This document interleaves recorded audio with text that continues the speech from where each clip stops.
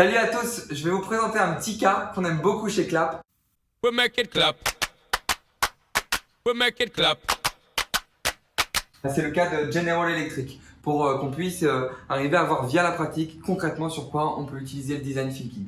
Là, ce qui est cool, c'est qu'on réinvente un truc qui est vraiment pas sexy à la base. Réinventer l'expérience du scanner IRM, surtout pour la cible des enfants. Donc on se retrouve avec un vaisseau spatial de Star Trek, donc ça pourrait être cool, mais une odeur de médicaments, plein de gens qui bossent autour et qui savent faire. Et donc, on donne pas du tout les bons ingrédients pour que les enfants passent un bon moment. Surtout qu'en plus, ils se disent qu'il y a peut-être quelque chose qui cloche et donc ils ont très vite envie d'en savoir plus et pas très envie de passer par cette expérience-là.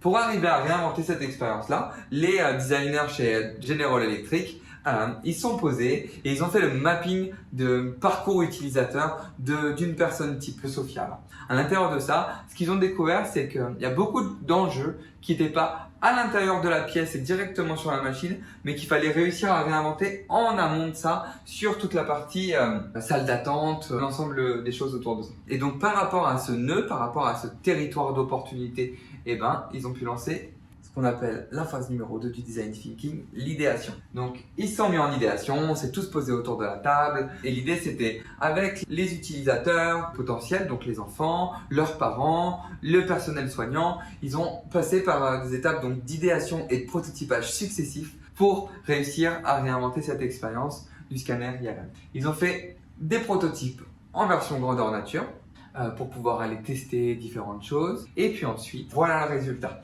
Tout un bateau de pirates, ils ont vraiment redesigné l'ensemble de l'expérience autour de tout un univers comme celui-là. L'expérience, il la donne directement depuis la salle d'attente où l'enfant va avoir un chapeau de pirate, où le personnel soignant va arriver avec une chemise hawaïenne et va lui dire « Hey, salut mon gars, tu viens m'accompagner dans une aventure? Ça te dit d'aller voir s'il n'y a pas des méchants pirates à l'intérieur du bateau ?» Et l'enfant va dire « Allez d'accord, je me prends en jeu, c'est parti !»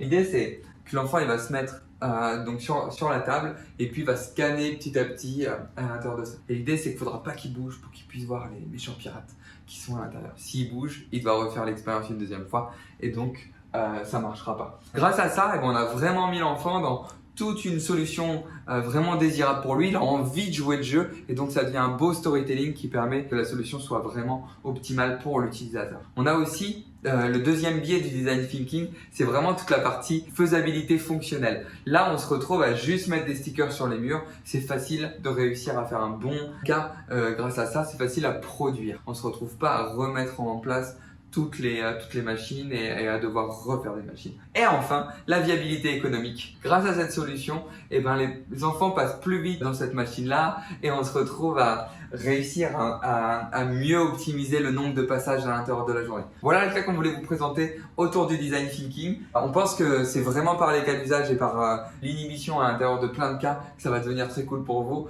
de pouvoir mettre en place le design thinking. We'll make it clap. We'll make it clap. Ah ciao, bonsoir!